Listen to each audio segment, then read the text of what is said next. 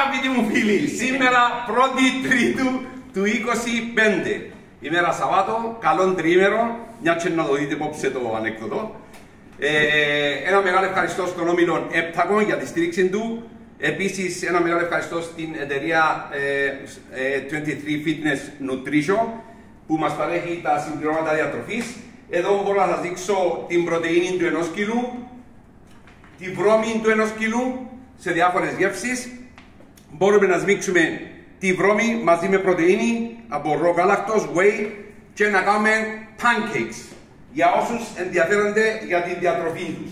Επίσης υπάρχει pancakes mix. Είναι έτοιμη βρώμη μαζί με πρωτεΐνη whey. Έτοιμη, βάλουμε τη στο μίξερ μας. Αν θέλουμε βάλουμε και σπρέν ταυγού και κάνουμε τα pancakes μας. Απίθανα, εύγεστα, με διάφορες γεύσεις.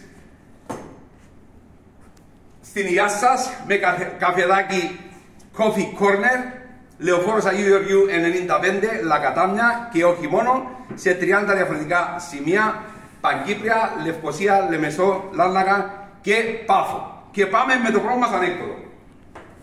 Στρατόπεδο, στρατιώτες, όλη προσοχή, και έρχεται ο Λοχαβός και λαλεί, θέλω να μου πει ο Μιχαήλ τι είναι η πατρίδα. Δεν ήξερε ο κύριο Χαΐρ, δεν ήξερες, μάλιστα. Νικολάου, τι είναι η πατρίδα. Η πατρίδα, κύριε Χαΐρ, λέγει του, είναι η μάνα μας, είναι η μητέρα μας. Μπράβο, μπράβο Νικολάου.